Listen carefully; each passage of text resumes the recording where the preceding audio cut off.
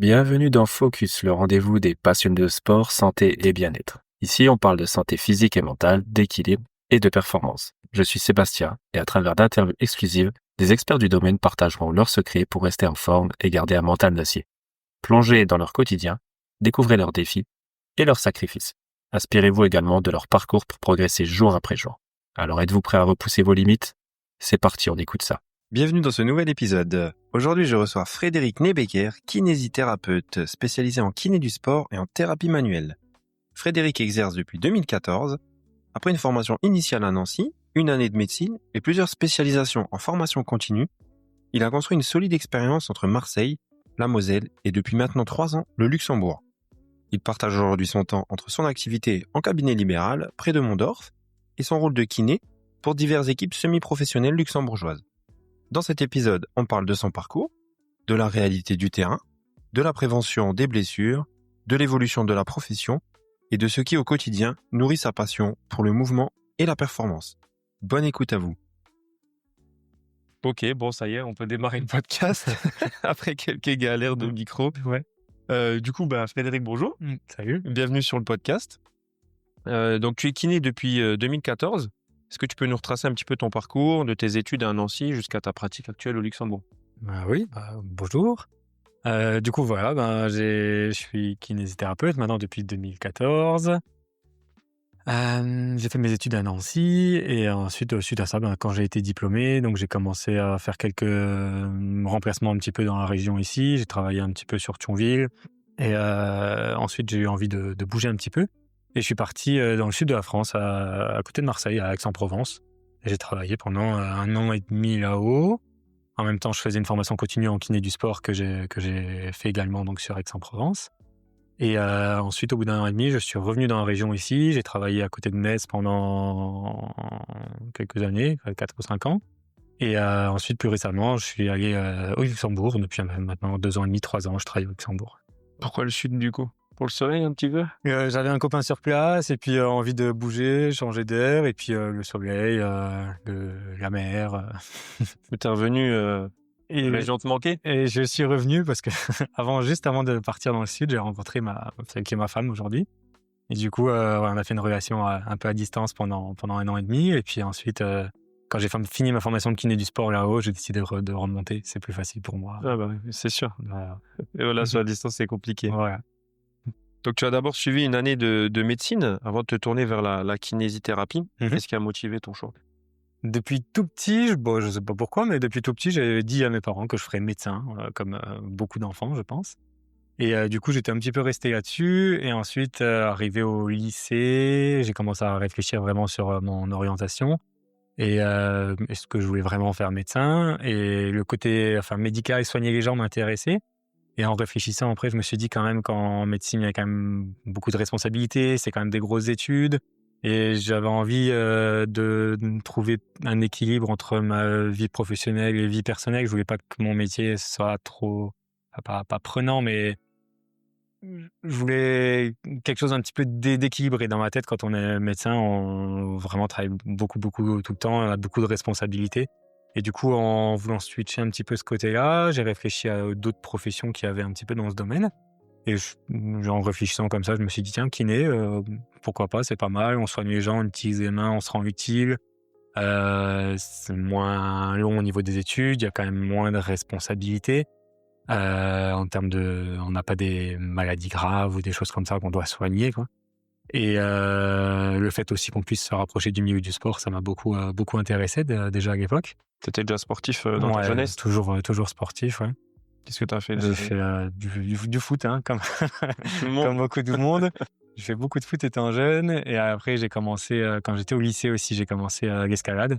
Ça c'est mon sport de prédilection, on va dire. Je fais plus du tout de foot, mais là je continue toujours encore maintenant aujourd'hui l'escalade. Et j'ai toujours aimé tous les sports, que ce soit du vélo, je fais un peu de judo, j'avais fait, on faisait plein de choses. J'étais tout en dehors en train de faire plein de choses avec les copains, donc il y a ce côté-là qui m'intéressait beaucoup. Et sachant que tu étais du coin, frontière Belgique, pour ne pas avoir fait les études en Belgique comme beaucoup? Je me suis dit que j'étais en France et que j'essayerais d'abord en France. C'est vrai que la première année de médecine, c'est quand même une année qui est assez difficile, qui fait un peu peur à beaucoup de gens. Après, je me suis dit: «Bah, ouais, moi, je vais y aller, je vais tenter ma chance, on verra ce que ça donne et je peux me garder à Belgique en plan B et si jamais, malheureusement en France, ça se passe pas bien, je pourrais tenter ma chance en Belgique» et du coup, Belgique, t'as pas d'année de médecine, c'est que la formation en kiné. ouais, c'est ça, en Belgique, tu rentres directement dans l'école de kiné et au niveau de la sélection, par contre, c'est un tirage au sort. Donc tu présentes ton dossier, donc c'est pour les étrangers que c'est comme ça, pour les Belges, c'est un peu différent, mais pour les étrangers, c'est un tirage au sort. Donc tu présentes ton dossier, tu as ton bac et cetera et tirage au sort, si tu es pris, tu rentres dans l'école et du coup, tu as pas de sélection, difficile, à la première année. Par contre, ça reste des études qui restent un petit peu délicates et des fois, tu as la sélection qui se fait plus tard. Donc tu en as qui rentrent dans l'école, qui font 1 an, qui font 2 ans, qui se retrouvent à redoubler et qui arrivent pas forcément à passer la 2e année ou la 3e année et qui se retrouvent après, sans diplôme. Ça peut arriver aussi, donc c'est un peu le contre-coup de la non-sélection au départ, quoi. Tu t'es spécialisé donc en kiné du sport et musculo-squelettique avec une formation continue. Qu'est-ce qui t'a attiré vers ce domaine particulier? Bah, du coup, comme on disait, moi, j'ai toujours été sportif, c'est vrai que naturellement, j'aurais envie de me tourner vers ce domaine-là. Donc on a différents champs de compétences en kinésithérapie. On peut travailler dans plein de domaines différents. Moi, celui qui m'attirait le plus, c'était en lien celui avec le sport et c'est là aussi que je me retrouve à pouvoir, je pense, me sentir utile avec un grand nombre de personnes, et même au quotidien, tous les gens que je croise, tous les gens que je rencontre, tous mes amis, tout le monde qui a un petit bobo quelque part, quelque chose comme ça et c'est la plupart du temps lié à du musculo-squelettique. Donc il y a ce côté aussi de me rendre vraiment utile et de pouvoir, aider en fait, le plus de gens, qui m'a attiré. Plus après le côté sportif, j'adore prendre en charge les gens sportifs et actifs aussi. Ça, c'est vraiment les gens qui veulent bouger et qui ont mal quelque part et qui, du coup, qui n'y arrivent pas. Réussir à faire en sorte à travailler avec eux pour qu'ils puissent refaire les activités ou le sport qu'ils aiment, ça, c'est Bien juste sûr, ça doit incroyable. changer des personnes non mobiles, entre guillemets, quoi, très sédentaires Ouais. qui viennent et puis voilà, les sportifs qui viennent vraiment. Alors les douleurs sont là, hein, je dis pas même pour les Mmh. gens qui bougent pas, mais Ouais. les douleurs ne sont pas là pour les bonnes raisons, Ouais. je pense. Du coup, tu as beaucoup d'amis qui t'invitent les samedis soirs Bah, ça à manger pour que tu viennes oui, les ça remettre en arrive, à chaque place. fois que je croise quelqu'un: «Ah, tu es kiné?» C'est mais bon, j'aime bien ça me pose pas de problème. C'est le bagage qui va avec le métier, on va dire. C'est ça. Tu es également formé en thérapie manuelle à visée ostéopathique. Comment articules-tu ces différentes approches dans ta pratique? Oui, donc cette formation, donc j'ai faite, après ma formation de kiné du sport et j'avais envie de, continuer à me former pour être, efficace avec, mes patients et pouvoir les aider au mieux et du coup en thérapie manuelle ostéopathique, donc c'est un cursus, qu'on passe en la formation de base à l'école de kinésithérapie ou, enfin pas à mon époque en tout cas et du coup avec cette formation en plus, ça m'a permis d'agrandir ma boîte à outils pour pouvoir, des fois sortir de certaines situations, desquelles je n'arrivais pas à me sortir avant avec certains patients et notamment voilà sur des blocages articulaires ou des choses comme ça, des fois qui peuvent gêner un patient et cetera. C'est vrai qu'avec ces formations-là, on arrive à être beaucoup plus efficace, rapidement et à pouvoir vite aider, un petit peu les patients. Donc maintenant, c'est quelque chose que je garde dans ma routine, dans mes bagages. Maintenant, c'est automatique, on va dire. Quand je fais mon bilan avec un patient, on va contrôler aussi au niveau ostéo-articulaire pour voir si éventuellement il y a des blocages qui peuvent participer aux douleurs, aux symptômes qu'il a. Et du coup, je suis assez content de cette formation. Ça me rajoute des choses que si je les ai pas, t'es obligé. Des fois, si tu rames un petit peu avec un patient, qu'il va pas forcément mieux, quelque part, tu te dis, punaise, peut-être que ça pourrait être un problème articulaire, un petit blocage. Mais si tu sais pas le faire, t'en es pas vraiment sûr. Et du coup, Il faut que tu l'envoies chez un confrère. Sinon. exactement, comme je faisais avant, soit un confrère qui est formé, un kiné, soit des fois chez des ostéos aussi, ça m'arrivait d'envoyer des fois le patient chez les ostéos et dire, OK, là, il y a un truc que je comprends pas, faudrait faire un check. Et maintenant, par rapport à cette formation, j'arrive à savoir si c'est ça le problème ou pas. Donc des fois, je me dis, OK, c'est ça, et j'arrive à débloquer, entre guillemets, j'aime pas trop ce terme, mais j'arrive à Manipuler. à manipuler. Des fois, je sais que c'est ça reste un petit peu plus compliqué. Donc là, ça m'arrive encore de renvoyer des fois chez des ostéos ou des confrères qui sont un peu plus expérimentés là-dedans, on va dire. Mais voilà, moi, je sais que ça vient de là et je peux faire avancer les choses. Quelle est vraiment la différence entre un kiné et un ostéo? C'est une grande question. C'est une grande question. Et, donc la formation est différente. il y a plein on a des parties qui se regroupent dans les formations. Ensuite, c'est un peu la philosophie qui va être un petit peu différente, c'est-à-dire il y a plein de techniques qui se ressemblent, mais qui vont pas forcément être pratiquées avec le même objectif derrière. Donc, à la base, c'est un petit peu cette différence, mais voilà, les manipulations, mobilisations, quoi, on va le faire des deux côtés. Les ostéos, ils travaillent aussi sur le tissu musculaire, avec des techniques de contracter, relâcher, détendre les muscles, etc. Ils le font aussi. La partie, on va dire, à la base, qui peut être un petit peu différente, c'est que nous, en kiné, on est un peu plus orienté après rééducation avec des exercices, du renforcement musculaire, de la mobilité active, ou des choses comme ça qui, à la base, ne font pas partie de l'ostéopathie.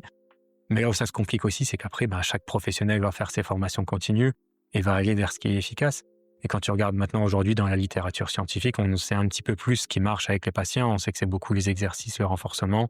Et donc, du coup, certains ostéos vont donner aussi les exercices à des patients parce que c'est ça qu'il leur faut. Donc, OK, certains kinés aussi maintenant spécialisent un peu plus en ostéopathie. Ils font aussi de l'ostéopathie. Donc après, chacun fait un petit peu sa sauce, si tu veux. Ouais. Tout le monde converge un peu vers la même direction. Donc à la fin, un ostéo un peu expérimenté, un kiné un peu expérimenté, peut-être quand la pratique va se rapprocher au final, alors que les deux titres à la base sont différents, quoi. Ouais, parce que moi, je trouve que quand on va chez le kiné, tout le monde s'attend à des massages pendant une heure, tu sais. Et puis finalement, elle te dit, vous faites une demi-heure de vélo, vous faites un quart d'heure de presse, t'as que des exercices. Ouais. Là, du coup, comme je te disais, j'ai été pour mon poignet, donc là, c'était plus à base d'ultrasons, à base de massage et d'électrodes aussi, du coup. Donc, là, moi, ça va, j'ai pas trop travaillé pour le coup. Mais c'est vrai qu'ostéo, t'y vas, il te craque le dos, il te craque la hanche, et puis il dit merci, au revoir, entre guillemets, quoi. Ouais. Après, c'est vrai que j'avais été chez le chiropracteur aussi. Ouais. Donc, qui est encore différent. Lui joue un peu plus sur tout ce qui est nerfs aussi, il me semble. Alors, je connais pas très bien cette profession, mais je sais que dans leur cursus de formation, c'est surtout quand même basé sur les manipulations vraiment articulaires. Donc, le fait de craquer, entre guillemets. Je sais qu'ils travaillent beaucoup là-dessus. Je connais pas trop leur autre technique. Je sais que moi, elle m'avait dit, elle travaille beaucoup sur tout ce qui est nerfs. Tu sais, notamment, j'avais des grosses sciatiques souvent en répétition. Okay. J'ai été là-bas et écoute, voilà. Kiné n'avait pas réussi, l'ostéo non plus. Et ma foi, j'ai essayé le chiropracteur et c'était très bien. D'ailleurs, une chiropractrice qui est partie sur Nancy et très professionnelle d'ailleurs. Okay. Tu travailles actuellement avec diverses équipes de sport semi-pro au luxe. Est-ce que tu peux nous les citer et puis quel rôle exact as-tu auprès de ces équipes? Ouais, donc là, avec le cabinet avec lequel je travaille, donc on est plusieurs kinés du sport et on travaille en partenariat donc avec différentes équipes au Luxembourg, notamment avec l'équipe de Bercham en handball et l'équipe masculine et avec l'équipe de Comterne en basket. Donc, le but de ces travails avec ces équipes, c'est d'avoir un suivi des joueurs lorsqu'ils sont douloureux ou blessés. Donc, on a des créneaux un peu attitrés au cabinet pour les recevoir assez rapidement quand ils ont besoin.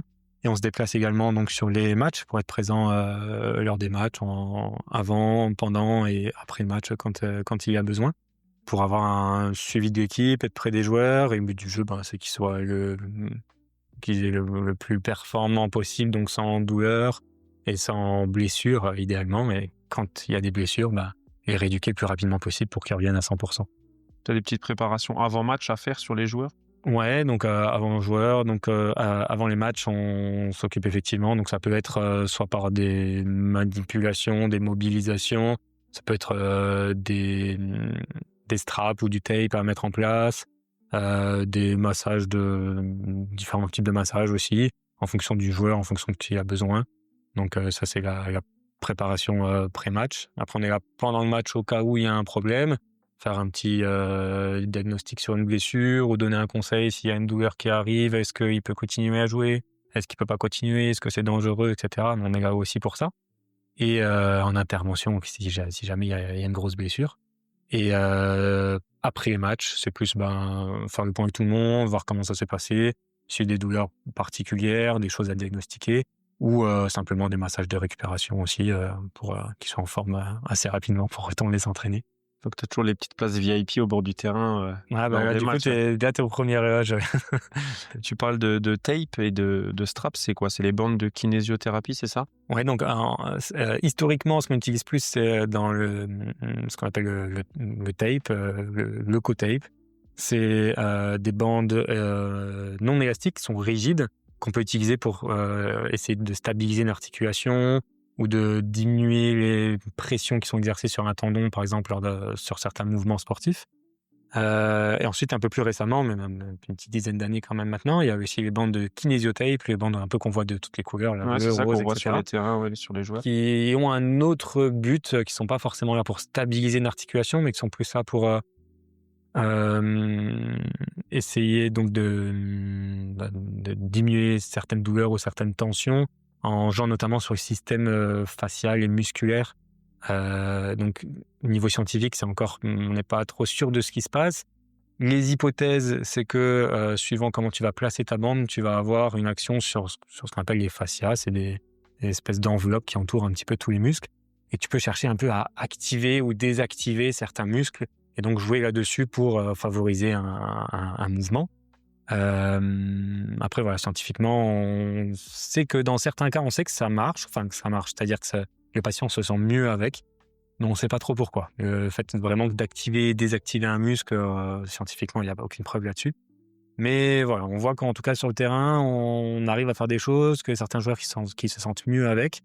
Donc on y va, quoi. C'est des fois même le petit pourcent, les 2% qui peuvent aider à ce niveau-là. Sur un sportif, ça peut faire une différence. S'il n'y a pas de remontée scientifique, est-ce que c'est pas un peu l'effet placebo qui pourrait aussi peut-être jouer? Ça rentre aussi dans le compte, comme dans n'importe quel traitement, il y a toujours un effet placebo. Donc il y en a un avec ces bandes-là aussi. Après, à quel dosage l'effet placebo, à quel dosage un effet vraiment thérapeutique, c'est des grandes Ouais, ça, questions on auxquelles on saura n'a pas pas le dire, encore la quoi. réponse. Ouais. Quels sont les enjeux spécifiques lorsqu'on travaille avec un collectif sportif par rapport à un suivi en cabinet? Donc, quand on travaille de ce côté-là avec une équipe sportive et plus un collectif comme ça, le but du jeu est beaucoup plus axé sur la prévention quand même que sur le traitement des blessures. C'est-à-dire qu'au cabinet, moi, j'ai que des gens qui viennent me voir, qui ont un problème. S'ils n'ont pas de problème, ils viennent pas me voir. Ils viennent un peu trop tard peut-être du coup. Voilà, ils viennent pour se soigner après une blessure. Quand on a des joueurs comme ça dans une équipe, le but du jeu, c'est qu'ils soient performants donc, toute la saison. Et pour ça, si on attend qu'ils soient blessés pour les traiter, c'est pas très efficace. Donc, on axe quand même aussi beaucoup sur la prévention. Donc, oui, prévention aussi, c'est-à-dire que aussi, on va les prendre aussi beaucoup plus tôt en charge. Si jamais il y a un petit bobo, une petite douleur, quelque chose qui peut paraître presque anodin, de pas grand-chose, on va essayer, nous, de tout de suite prendre les choses en charge à ce stade-là, avant que ça devienne une vraie douleur ou une vraie blessure par la suite. Donc du coup, c'est beaucoup plus, on va dire, précis, beaucoup plus spécifique, où voilà, on va aller chercher un petit peu la petite bête des fois sur des choses que pour monsieur et madame tout le monde, entre guillemets, dans le quotidien, ça gêne absolument pas. Mais voilà, chez ce genre de sportifs, on va essayer d'aller chercher ces petites choses-là et de les prendre en charge et les traiter avant qu'il y ait un vrai problème. Parce que tu as beaucoup de douleurs du coup en fin de match. On dit toujours généralement quand tu es à chaud, les douleurs elles apparaissent pas trop. Ouais, en fin de match, ça va à peu près. Il faut attendre qu'ils se refroidissent effectivement pour voir un petit peu les choses, mais c'est surtout à l'échauffement qu'on va voir. Qu'on va voir, c'est intéressant de voir les sportifs s'échauffer. Au début, il y a toujours un qui va avoir un petit peu mal au genou, qui va avoir un petit peu mal à la hanche ou un peu l'épaule, en hand, un peu toutes les articulations. Et après, ils vont dire ouais, c'est bon, une fois que je suis un peu échauffé, je suis chaud, c'est bon, ils peuvent jouer à 100%, il n'y a pas de problème. Mais ces petits problèmes de verrouillage, de dérouillage articulaire là, à l'échauffement, ça peut nous donner des indices pour nous dire que tiens, tel joueur sur telle articulation, il y a un truc qui se passe pas de manière optimale. Il y a peut-être des choses à aller chercher ou à faire attention en tout cas pour pas que ça empire. Est-ce que tu observes des différences notables entre les soins apportés dans un contexte amateur, semi-pro et professionnel? Il y a des différences et surtout par rapport au temps, aux moyens que les sportifs peuvent accorder à leur rééducation ou prise en charge. Chez des semi-pros ou des amateurs, voilà, ils ont leur vie de famille, ils ont le boulot, ils ont leur sport. Et quand tu rajoutes un peu de la kiné, de la préparation derrière, ça peut prendre du temps. Et tu sais qu'avec ces gens-là, tu peux pas leur proposer des programmes de rééducation hyper coûteux en temps. Donc, faut essayer d'aller à l'essentiel, on va dire, et pour être le plus efficace, mais avec une certaine économie de temps, on va dire. Sur un sportif qui est professionnel, qui a plus de temps dans la journée pour se prendre en charge et les moyens et peut-être l'envie aussi, le besoin, là, tu peux lui donner plus de billes, entre guillemets, et puis aller chercher un peu vraiment d'autres aspects qui peuvent jouer sur sa douleur. Pas forcément les aspects principaux, mais jouer aussi sur tout le secondaire autour qui va participer à faire en sorte qu'il aille mieux un petit peu plus vite, quoi. C'est vraiment cette différence-là. Ouais. Oui, un amateur, c'est sûr que lui se dit, bon, si je peux pas jouer mon match dimanche, voilà, c'est pas très grave, entre guillemets. Aussi ça, Alors ouais. qu'un pro, son corps, c'est son outil de travail, entre Tout à guillemets. fait, ouais. Donc il y a aussi ce côté difficile, effectivement, avec les professionnels, c'est-à-dire qu'ils ont besoin aussi d'être plus rapidement là, et que des fois, tu dois faire des conciliations entre un amateur, tu lui dirais, tiens, oui, non, là, tu joues pas. Mais un pro, suivant le match, si c'est un match important de fin de saison, pour un titre ou éviter une relégation, pour une coupe, ou sur les matchs importants, des fois, ça peut arriver de dire, OK, là, t'es clairement pas à 100%.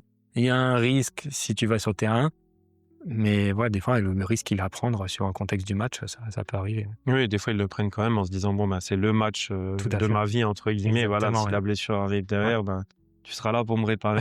Voilà. Tu exerces aussi donc en libéral près de Mondorf, tu as dit. Quelles sont les pathologies les plus fréquentes que tu rencontres dans ta patientèle? Donc en cabinet, ce qu'on a le plus, c'est quand même les douleurs de dos, donc l'ensemble du dos, que ce soit lombaire, cervical, thoracique, mais sur quand même une grosse part de douleurs lombaires, c'est ce qu'on voit le plus au quotidien. Je dirais en numéro 2, les douleurs au niveau des épaules, ça arrive beaucoup, que ce soit chez une population sédentaire ou sportif, hein. Et en 3, je dirais les genoux, mais ça c'est un petit peu biaisé. Au cabinet, on a pas mal de sportifs et beaucoup de sport co. On a beaucoup de douleurs aux genoux aussi.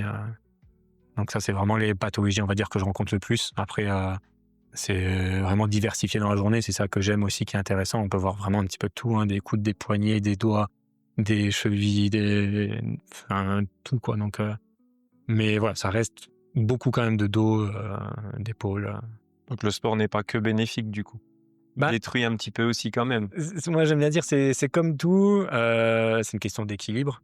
Mais c'est vrai que nous, en cabinet, on a beaucoup les deux opposés du spectre. On a les gens qui font trop de sport ou les gens qui font pas du tout de sport. Et du coup, les deux catégories de personnes-là sont exposées à des problèmes qui sont différents, mais à des problématiques de douleur. Il y a toujours cet équilibre qui a trouvé effectivement entre pas trop et pas du tout. Le juste milieu. Exactement. Est-ce que ta pratique en cabinet se nourrit de ton expérience avec l'équipe semi-pro et inversement? Ouais, du coup, il y a des petites passerelles qui peuvent se faire, exactement. Et le fait d'être assez précis et un petit peu alerte sur la prévention au niveau des sportifs pros, ça permet d'être vraiment de développer des compétences, on va dire, vraiment très spécifiques et très précises sur la prise en charge de certains problèmes, qu'on va pouvoir utiliser chez monsieur et madame tout le monde, on va dire, plutôt sur les fins de prise en charge, quand il y a nécessité. Si je donne un exemple pour que ce soit un peu plus parlant, si j'ai, je sais pas, on va prendre une entorse de cheville classique chez les sportifs, chez les non-sportifs aussi, à la fin de la rééducation d'une personne, par exemple sédentaire, qui veut juste marcher, monter les escaliers et monter dans sa voiture, on va pas avoir besoin de s'énerver sur des exercices très très compliqués. Alors que chez un sportif, il a besoin d'une importance, d'une fonctionnalité parfaite, hein, au niveau de sa cheville pour éviter la récidive. Mais les petits tips et les petites techniques précises qu'on va développer chez ces sportifs, on peut les utiliser chez ces personnes sédentaires à une échelle différente, mais pour leur permettre justement d'éviter quand même la récidive, mais en étant vraiment précis sur les structures dont on a besoin. Ça permet de faire le moins d'exercices possible, on va dire, à cette personne sédentaire, tout en étant efficace. Je sais pas si j'étais très clair. Ouais, si, je comprends totalement. Totalement. Oui, c'est sûr que le sportif, lui, il aura besoin de plus de mobilité, de plus, il y aura de l'impact après qui va revenir. De la Que chez vitesse. la personne sédentaire, voilà, comme tu dis, monter dans la voiture, monter quelques escaliers, t'as pas trop d'impact, t'as pas trop de contraintes Ouais, sur l'articulation, quoi. c'est sûr que c'est moins dangereux. Ouais. C'est moins dangereux. Comment organises-tu ton emploi du temps entre les consultations et puis les déplacements avec l'équipe? Est-ce que c'est uniquement les week-ends, l'équipe? Tu peux aussi se déplacer la semaine? Ah, en général, c'est les week-ends. Souvent, les matchs, c'est souvent le samedi soir ou dimanche après-midi ou dimanche soir. Ça arrive de temps en temps avec les périodes de coupe, et cetera, qu'il y ait des matchs en semaine, un mardi soir, un mercredi soir. Après voilà, nous en tant qu'indépendants, on organise nos emplois du temps, un peu à la carte, on va dire. Donc ça ça aide et donc on est plusieurs dans mon cabinet à tourner un petit peu sur les équipes. Donc aussi, c'est bien parce qu'on n'a pas besoin d'assister à tous les matchs. J'ai pas fait tous les matchs de la saison avec toutes les équipes. Donc voilà, on alterne un petit peu, on se met un planning tout simplement. On dit voilà, là, ce mois-ci, il y a des matchs là, qui va où, quand. Et du coup, on arrive à faire un roulement un petit peu comme ça. Et donc, il s'additionne avec le travail au cabinet, là, qui est plus... mes horaires au cabinet, ils changent pas beaucoup. J'ai toujours plus ou moins les mêmes horaires. Et c'est juste après, en fonction des matchs, ça va se rajouter ou se déplacer un peu là. Parce que vous déplacez toujours à plusieurs ou un seul kiné? Non, en général, un seul kiné se déplace avec l'équipe. Donc, le gros avantage aussi qu'on a avec les équipes au Luxembourg, c'est que les déplacements ne sont jamais très loin. Donc, ça reste des petits déplacements. La plupart du temps, c'est le sud du Luxembourg, mais ça peut arriver d'aller à Wiltz ou Ettelbruck. Bon, ça reste quelques matchs dans Une l'année. petite heure de route. Et voilà, ça reste 1 heure de route. Donc, on fait le déplacement. On fait aller-retour à la journée sans problème. On n'a jamais de grosses périodes où on part pas tout le week-end, quoi. Depuis tes débuts, quelle évolution as-tu constaté dans le métier de kiné et notamment dans le sport? Moi, donc ça fait 10 ans que je travaille et là, ces dernières années, donc il y a toujours des différents courants, différentes modes au niveau de la kiné qui ont évolué. C'est un métier qui est relativement récent, on va dire, et qui évolue encore beaucoup. Et là, la grosse différence qu'il y a eu ces 10 dernières années, c'est au niveau de l'importance du travail actif. Et on se rend compte, j'avais déjà dit un petit peu tout à l'heure, mais avec les publications scientifiques, plus ça avance et plus on se rend compte que tout le travail manuel qu'on peut faire avec les gens, tout le travail avec les machines ou je ne sais quoi qu'on peut avoir en rééducation, au final, c'est pas aussi efficace que des exercices de renforcement. Et donc, du coup, il y a beaucoup cet aspect qui s'est développé avec la prise en charge avec beaucoup d'exercices, de mobilité et de renforcement. Et d'autant plus, du coup, chez le sportif aussi, où c'est vrai dans l'imaginaire commun, quand tu imagines séance de kiné sportif, on voit un sportif allongé, avec le kiné en train de faire des trucs, avec des machines, ou des massages, ou des choses comme ça. Mais en fait, ça, c'est 10% de ce qu'on fait avec les sportifs, parce que le reste du temps, enfin, c'est vraiment des exercices, de la mobilité, du renforcement, de la proprio, c'est ça qui est le plus efficace. Et il y a vraiment cette bascule qui a été un peu faite ces dernières années. Ouais. Oui, on va pas chez le kiné pour un petit moment de détente, quoi. On y va vraiment pour bosser. Ouais, ça peut arriver dans un cadre particulier. Moi, j'ai des sportifs qui viennent, qui s'entraînent de manière sérieuse toute la semaine, qui vont aussi avoir un programme qu'on peut mettre en place avec eux sur des exercices particuliers de rééducation. On a des gens qui viennent, qui connaissent très bien le monde du renforcement musculaire, qui savent très bien faire certains exercices, etc. Donc du coup, voilà, au lieu de les faire venir et de faire les exercices avec eux ou de leur montrer, les exercices, ils savent les faire. On leur fait un programme, on dit tu fais ça tant de fois, tu fais ça tant de fois, ça tant de fois, ça un jour, ça un jour, ça un autre jour. Et nous, on peut les voir à ce moment-là au cabinet, refaire le point avec eux, faire le petit côté de travail manuel, etc., qui va rajouter un petit pourcentage de récupération et de réhabilitation. Donc ça arrive dans certains cas, mais la plupart du temps, les gens, ils ont quand même besoin d'être accompagnés sur les exercices pour savoir quoi faire, comment faire, combien, quelle charge je mets, etc. Donc la plupart du temps, c'est ça qu'on va faire avec eux, c'est le plus efficace. Donc c'est là qu'on passe le plus de temps. Tu as vu qu'il y a un petit peu une polémique là en ce moment sur le métier de kiné en France. Il y a eu notamment une grosse manifestation le 1er juillet. Hein. Ouais, tout à fait. Bon, toi, du coup, on était au Luxembourg, tu n'es pas spécialement concerné, mais en pensant aux confrères et consoeurs, qu'est-ce que tu penses un peu de tout ça, comment l'État voit un peu ton métier, du coup? Ouais, je suis quand même je me sens quand même concerné par ce qui se passe en France, parce que j'ai fait ma formation en France, j'habite encore en France, j'ai beaucoup de copains aussi qui travaillent, et puis moi j'ai travaillé pendant 8 ans en France aussi, et c'est vrai que la situation elle est pas du tout optimale, et c'est pour ça que je suis parti, hein. Je suis un meilleur exemple pour ça. Effectivement, en France, c'est compliqué. C'est compliqué de bien faire son travail. Euh, la grosse partie du problème, ça reste la rémunération de la séance. Aujourd'hui, une séance de kiné, c'est 16,44 € pour la séance classique, on va dire. C'est clairement pas assez. À ce prix-là, on peut pas se permettre de prendre le temps qu'on devrait prendre avec les gens. Et du coup, on se retrouve à même ceux qui veulent bien faire, quand on n'a pas le temps, on peut pas bien faire. C'est juste pas possible. Et tant qu'on n'arrivera pas à sortir de là, c'est compliqué pour réussir à bien faire son travail. Ouais. Oui, parce que moi, je vois quand je vais chez le kiné, tu as une dizaine de patients minimum qui sont là. Hein. Alors, elle prend le temps un peu pour chacun, mais c'est sûr, tu en as un qui fait du vélo, tu en as un qui fait de la presse, tu en as un qui se passe les ultrasons lui-même. Après, bon, c'est sûr que tu n'as pas besoin d'être là, toi, pour passer les ultrasons. Hein. Le patient peut se le faire lui-même. Mais c'est vrai que si maintenant, tu avais une rémunération bien plus grosse, tu aurais peut-être le temps de plus discuter avec la personne, de plus faire des massages, de faire plus de prévention, même de lui expliquer les choses. Ouais. C'est sûr que là, même pas 16,50 € la séance, quand tu regardes, tu as ton cabinet, tu as tes charges, tu as tout ça à payer, tes produits. Tu peux pas te permettre, tu peux pas le permettre. Non, mais après, là où, c'est pas une solution, mais là où les kinés s'en sortent aujourd'hui, ce que moi je faisais quand je travaillais en France, c'est que je travaillais 55 heures par semaine. Donc, à ce rythme-là, oui, tu arrives même à bien gagner ta vie, entre guillemets, par rapport au nombre d'heures que tu fais et les contraintes que tu as derrière. C'est ridicule. Oui, comme tu dis, c'est pas spécialement la solution, quoi. Ouais. Et sur le long terme, ça tient pas. Et ça, moi, je m'aperçois encore plus de la différence de maintenant que j'ai fait le switch et que je travaille au Luxembourg. Donc, au Luxembourg, par comparaison, la séance, c'est aux alentours de 50 €. Donc, du coup, tu as plus le temps avec le patient. Donc, moi, actuellement, comme je travaille, je prends un patient toutes les demi-heures, où je reste 30 minutes avec le patient.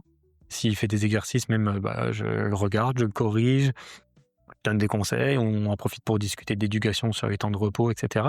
Et c'est beaucoup plus qualitatif. Et voilà, au bout d'une demi-heure, le patient, il part, j'en ai un autre qui arrive. Et au niveau de mon travail, franchement, ça change beaucoup, beaucoup de choses. Même pour moi, je suis moins fatigué, je suis plus apaisé, je suis beaucoup plus concentré, présent avec le patient. Et c'est plus efficace. Et la différence, c'est que, en fait, au final, tu fais moins de séances avec les patients. C'est-à-dire que là où tu aurais besoin pour un mal de dos de faire 15, 20 séances avec quelqu'un en France, quand tu as le temps de prendre le temps de bien faire les choses, entre guillemets, au Luxembourg, les gens, je les vois. De toute façon, en moyenne, c'est 8 séances au maximum au Luxembourg, qui est limité par la sécurité sociale, par ordonnance, et souvent, ça suffit largement. Parce que tu fais 5, 6, 7 séances de qualité où tu expliques aux gens, tu leur montres aussi des choses qu'ils peuvent faire à la maison, tu attends de leur faire des programmes, tu attends de discuter avec eux s'ils ont des obstacles, des choses qui leur empêchent d'aller mieux ou de faire des choses à la maison. Et d'être plus efficace, il n'y a pas de secret. Les 50 € pris en totalité par la CNS ou pas ? C'est comme en France, c'est 70-30. Il y a 70% qui sont pris en charge par la sécurité sociale, 30% qui restent à charge des patients, mais qui peuvent être pris en charge par une mutuelle la plupart du temps. Ouais. Le Luxembourg est un pays en développement sportif, avec une population jeune et très sportive également. Selon toi, quelle place y occupe la kiné du sport aujourd'hui ? Est-elle bien reconnue ? Je dirais oui et non. Oui, dans le sens où c'est des choses qui m'ont un peu surprise quand je suis un peu arrivé, j'ai renseigné au niveau du Luxembourg, notamment par rapport aux équipes sportives, c'est que toutes les équipes sportives qui veulent avoir un kiné. C'est un truc qu'on ne voit pas forcément en France. Donc là, il y a beaucoup d'équipes dans plein de sports différents, et ils ont tous leur kiné au Luxembourg. Et ça, je trouve ça un petit peu bien. Le petit bémol, je trouve, c'est qu'ils ne l'utilisent pas à bon escient. C'est-à-dire que la plupart du temps, les équipes, elles veulent avoir un kiné sur les matchs. Dans certaines, notamment au foot, je crois que c'est obligatoire à partir d'un certain niveau d'avoir un kiné ou un soigneur qui est présent sur la feuille de match. Mais en fait, du coup, le jour de match, c'est pas là, tu fais rien, quoi, entre guillemets. Tu es juste là pour pouvoir signer le papier, quoi. Tu fais un peu de bobologie au début du match, mais clairement, si tu vois pas les joueurs toute la semaine, t'arrives le dimanche, il y en a un qui dit tiens, là j'ai mal au genou, Tu as 1 heure du match, tu as 11 joueurs à t'occuper. Tu dis: «Oui, qu'est-ce tu que peux pas faire des voilà, miracles, tu ouais. fais pas exactement, tu fais pas des miracles, tu fais un peu de bobologie, tu vas mettre un tape, un machin, un truc, mais enfin tu c'est du cache-misère, quoi, on va dire. Et donc du coup, je trouve cet aspect-là un petit peu marrant où les kinés sont là, ils sont sur les matchs, les équipes, elles veulent avoir le kiné qui vient sur le match, mais ça serait même plus intéressant de le faire venir à la limite 1 fois dans la semaine plutôt, à l'entraînement et qui essaie de mettre des choses en place avec les joueurs. Ce serait plus utile sur le long terme. Mais en tout cas, ouais, il y a cet aspect que ils veulent avoir un kiné, c'est déjà ça. Continue à te former régulièrement. Mmh. Qu'est-ce qui te pousse à rester dans cette dynamique d'apprentissage? Bah, j'aime bien apprendre des choses et puis c'est un métier super, enfin, moi, je suis un peu passionné par ça, donc j'adore me renseigner et on peut toujours apprendre de nouvelles choses.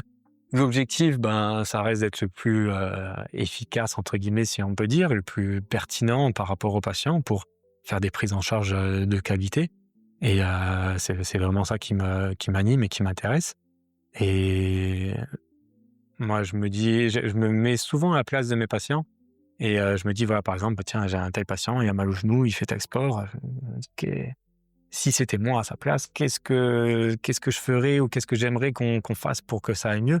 Essayer de les prendre en charge un petit peu les gens de cette manière-là et du coup de rester à jour, sur tout ce qui se fait un petit peu de nouveau, au niveau de la rééducation parce que, bah, comme on disait tout à l'heure, c'est un métier qui évolue quand même assez rapidement encore et actuellement, je travaille pas du tout comme je travaillais il y a 10 ans et j'espère que je travaille pas du tout aujourd'hui comme je travaillerai dans 10 ans. Peut-être que je vais apprendre de nouvelles choses et voilà, on peut toujours se remettre en question, se dire: «OK, ben, ça, en fait, ça marche pas tant, ça marche». Voilà, c'est le côté intéressant parce qu'il y a ce côté un peu frustrant des fois, mais qui est enrichissant et intéressant, c'est qu'il y a rien qui est, au niveau de la kinésithérapie, c'est pas un métier où les connaissances, elles sont fixées, on va dire, et où on peut te dire: «OK, tu as tel problème, tu fais ça, ça, ça et ça va aller». C'est beaucoup plus complexe et il y a plein de choses, on ne sait pas vraiment encore comment ça marche. Donc du coup, des fois, il y a des choses, faut essayer, faut mettre en place, faut arrêter certaines choses qui ne marchent pas. Et donc du coup, voilà, des fois, ben, tu veux être efficace pour quelqu'un, tu aimerais bien te dire: «OK, lui, il a mal là, je vais faire ça, ça, ça va aller mieux». Mais en vrai, ça marche pas comme ça, tu sais jamais vraiment trop, donc tu es toujours en train de chercher. C'est un peu comme une enquête, tu es là, tu cherches, tu essayes des choses. À la fin, quand le patient va mieux, tu es content. S'il va pas mieux, tu es moins content, Moins ça content. arrive. Et du coup, voilà, bah, j'essaie toujours d'apprendre parce que, voilà, j'ai pas 100 de réussite avec mes patients. J'en ai que j'arrive pas à aider comme j'aimerais. Donc voilà, tant que j'arrive pas à aider tout le monde à 100, ben, je continuerai à me former. Parce que tu vois quand même les recherches avancent bien quand même sur tout ce qui est point de vue kiné, hein. Ouais, alors il y a des nouvelles connaissances qui arrivent et qui sont intéressantes et il y a même des connaissances qui sont là depuis, longtemps, des méthodes, des manières de traiter qui existent depuis longtemps. Mais il faut simplement se former aussi. À l'école, quand j'ai fait mes études, on voit pas tout. On voit «la base» entre guillemets, mais après il y a plein d'autres méthodes à explorer, qui peuvent exister des fois depuis longtemps, mais il faut Oui, c'est à toi d'aller les chercher, d'être exactement, curieux, quoi. ouais. Et maintenant avec, toutes les connaissances auxquelles on a accès, que ce soit avec les réseaux sociaux, avec internet, avec tout, on a presque plus ce problème d'avoir énormément de connaissances, énormément d'informations et après, ben, tu peux pas tout avoir. Faut essayer d'aller les chercher petit à petit et essayer d'aller chercher les informations qui sont pertinentes, mais c'est infini, quoi. Au niveau des machines, tu vois aussi l'évolution par rapport à il y a 10 ans? Parce que tu as des nouvelles machines aujourd'hui qui peuvent t'aider. Ouais, au niveau alors, il y a toujours ce problème au niveau des machines, au niveau du problème du marketing. La plupart des appareils, des machines qui sont vendus pour la rééducation en kiné, c'est des appareils qui vont être super chers. Et il y a toujours un gros biais, avec les entreprises qui veulent vendre ces appareils-là. Et quand tu regardes aujourd'hui au niveau de la littérature scientifique, il y a il y a pas un appareil qui est vraiment, où son efficacité a été vraiment démontrée et prouvée, sur des pathologies. Des fois, c'est des petites tendances, on te dit: «Oui, peut-être que dans tel cas, c'est un petit peu mieux», mais il y a pas de preuves comme on en a, par exemple, avec le renforcement musculaire, les exercices et cetera. Et donc dans ma philosophie à moi, c'est vraiment quelque chose que j'utilise pas, parce que je pense que c'est chronophage par rapport à ce que tu peux. C'est pas intéressant si tu veux. C'est-à-dire que j'ai un patient qui vient me voir qui a mal à X endroit. Je sais qu'avec lui, si je vais faire du renforcement musculaire, par exemple, tout simplement, adapté, mais voilà, il y a rien de plus efficace que ça.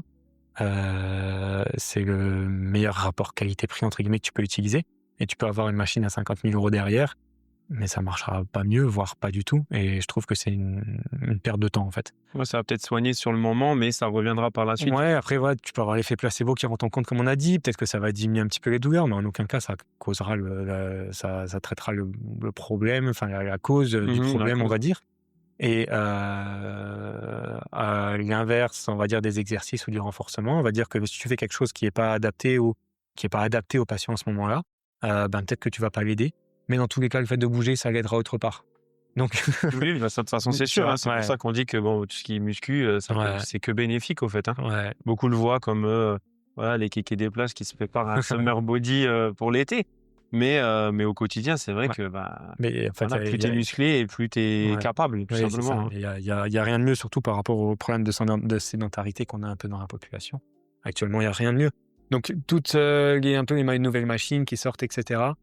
Moi, je trouve que ça peut être intéressant dans le cadre de gens qui font déjà tout bien à la base. On va prendre un sportif de haut niveau plutôt, qui va bien faire ses entraînements, qui va bien gérer sa récupération. Quand ça, à la base, elle est bien réglée, donc entraînement, prévention, réhabilitation, récupération, qui veut rajouter des trucs parce qu'il a du temps et que voilà, là, pourquoi pas utiliser certains types d'appareils, certaines machines qui peuvent peut-être aider. Et au mieux, ça l'aide. Au pire, il perd un peu de temps, mais il en a, donc c'est pas un souci. Dans ce cadre-là, je trouverais pas ça déconnant. Pourquoi pas, quand on veut vraiment repousser les limites et être le plus performant possible dans un sport. J'y vois pas d'inconvénient. Pour monsieur et madame tout le monde, il y a autre chose à faire. Ouais, c'est un peu comme un complément alimentaire, entre guillemets, quoi. Ouais. Si tu es déjà au top du top sur tous les points, ça pourra peut-être t'aider à aller Mhm. chercher 1 ou 2% de performance supplémentaire. Ouais, exactement. Ouais, franchement, si j'ai quelqu'un qui vient entre faire une demi-heure de n'importe quelle machine là, ou une demi-heure de vélo, je dis va faire une demi-heure de vélo, ce sera plus utile. Est-ce que toi, tu as déjà eu des petites blessures? Sachant que, logiquement, tu sais ce qu'il faut faire et ne pas faire. Ouais, comme tout sportif, oui, j'ai déjà eu des petites blessures, mais j'ai pas été trop impacté par ça, ça va, je m'en sors quand même bien. J'ai eu des entorses de cheville sur des grosses chutes en escalade. J'ai eu des blessures, notamment au niveau des doigts par rapport à l'escalade. Ensuite, des petites lésions musculaires aux ischios, luxation du doigt, petites choses traumatiques comme ça, mais rien de très grave. Et moi, du coup, ce que j'aime bien aussi avec mon métier, effectivement, les connaissances que j'ai, c'est que voilà, je suis un sportif comme tout le monde, je vais faire un truc, je commence à avoir mal quelque part. On est tous pareils, hein, on se dit ouais, c'est pas grave, je vais y aller, je vais continuer mon sport. Mais voilà, moi ce que j'aime bien, c'est voilà, je commence à avoir un petit truc qui traîne.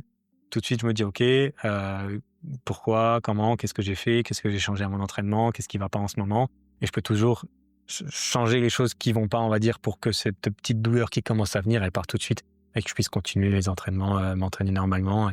Et ça, c'est vraiment, ça m'a sauvé plein de fois. Ouais. Oui, tu es à l'écoute de ton corps, donc Ouais, tu c'est sais ça. quoi faire Ouais. directement. Ouais. Bon, après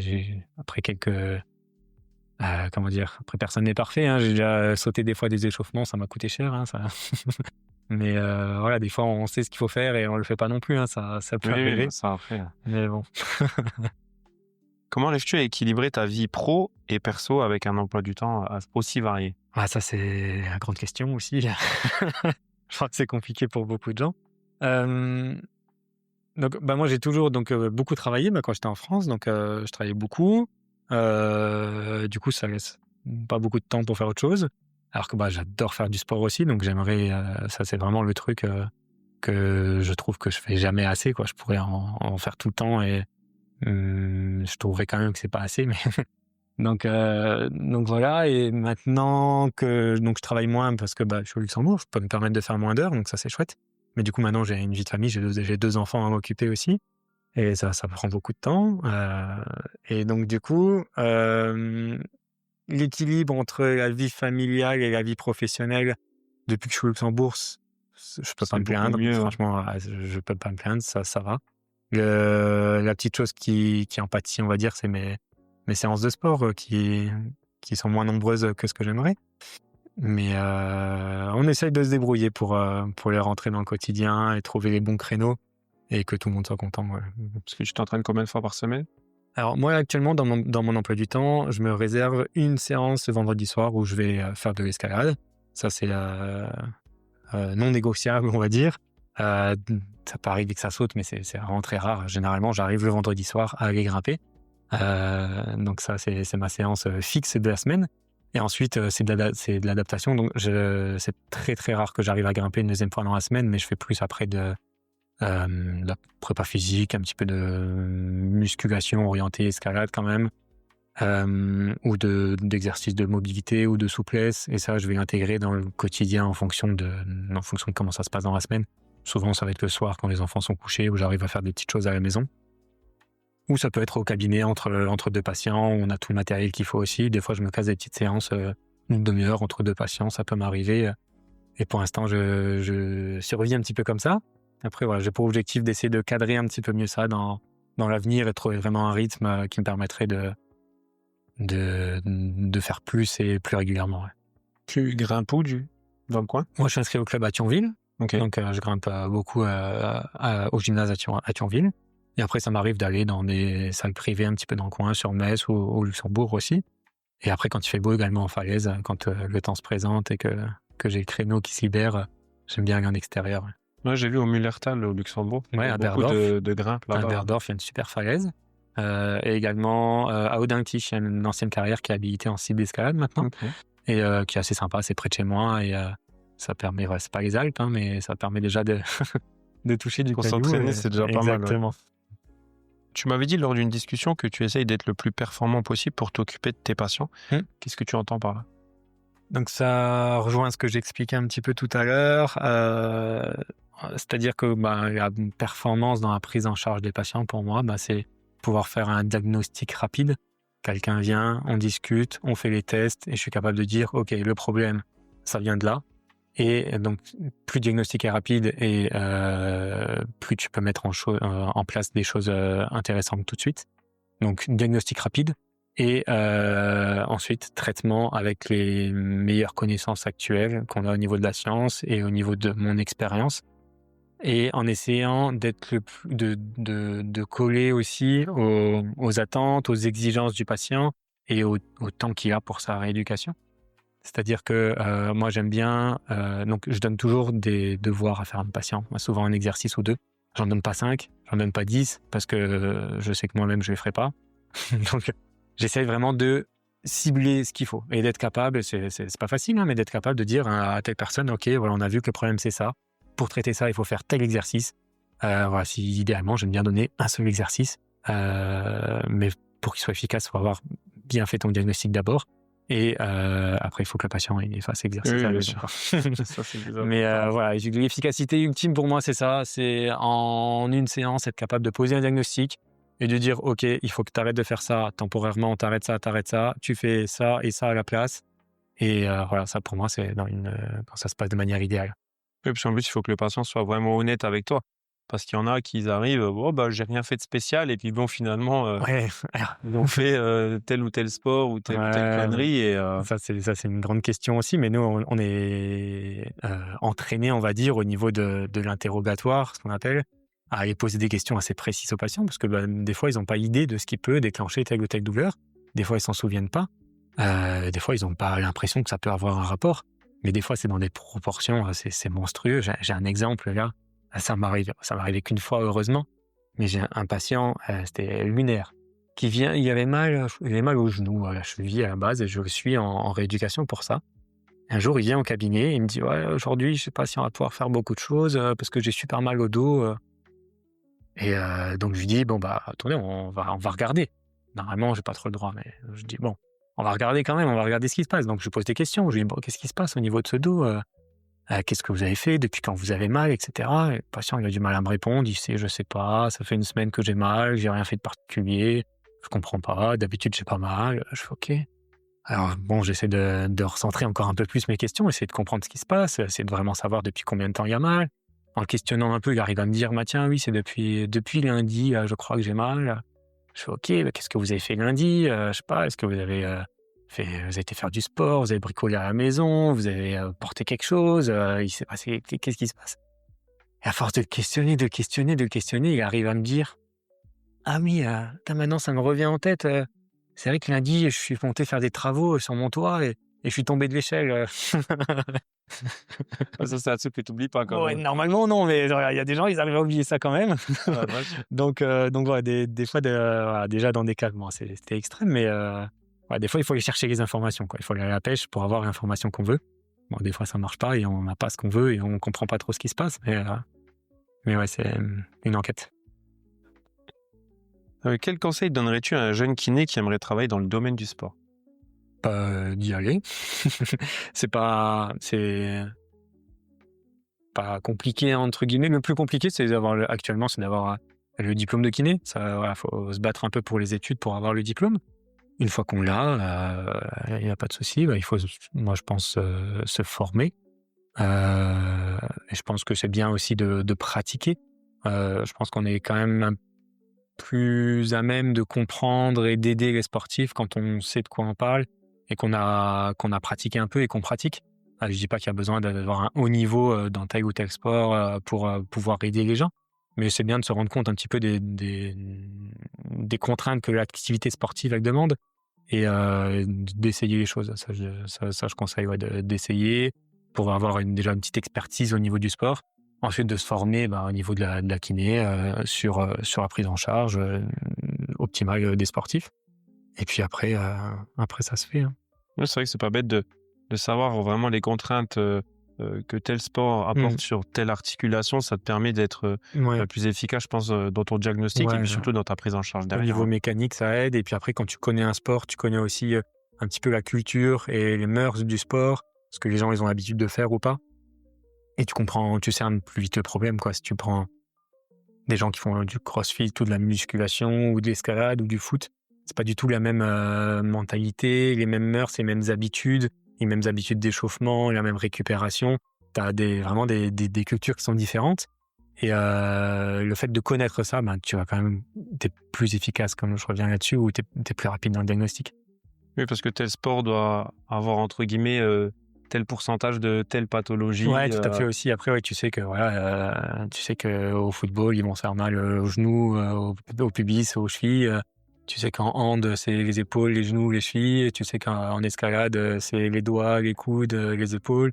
Alors voilà, après, Oui, t'as un tes petits, golfeur, généralement, il va plus venir pour tout ce qui est épaules, poignets, le dos, beaucoup le peut-être dos, les lombaire golfeurs. aussi. Ouais, j'allais dire Ouais, que pour un problème de cheville, quoi. ouais, c'est ça. Donc après, ouais, t'as tes petits raccourcis, donc qui sont pas forcément toujours vrais, hein. Tu peux avoir un jour un footballeur qui vient parce qu'il a mal à l'épaule, hein, ça peut arriver, mais voilà, t'as tes petits raccourcis aussi qui te permettent quand même de gagner un petit peu de temps des fois, hein. Quel est selon toi le plus grand malentendu autour du métier de kiné du sport? Donc ça rejoindrait un peu ce que je te disais tout à l'heure avec la place du kiné au Luxembourg. Pour moi, je pense que la place du kiné actuellement, dans l'imaginaire collectif, elle est beaucoup centrée sur la rééducation, la réhabilitation post-blessure. Mais je pense que c'est sous-estimer l'importance que ça peut avoir, le travail de prévention, justement pour éviter les blessures.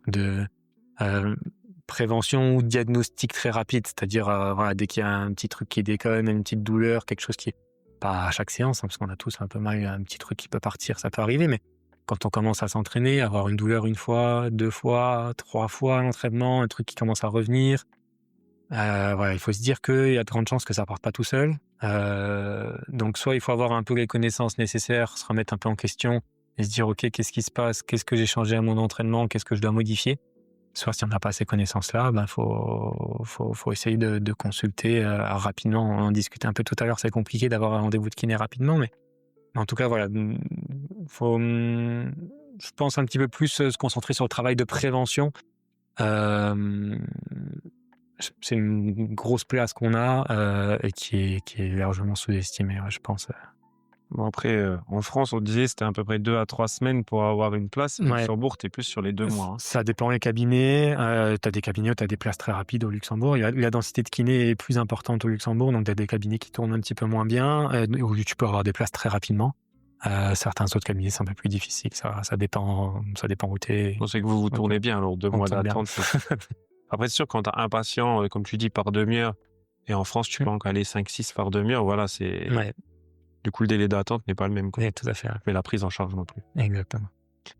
Y a-t-il des blessures ou un cas particulier qui t'a marqué dans ta carrière?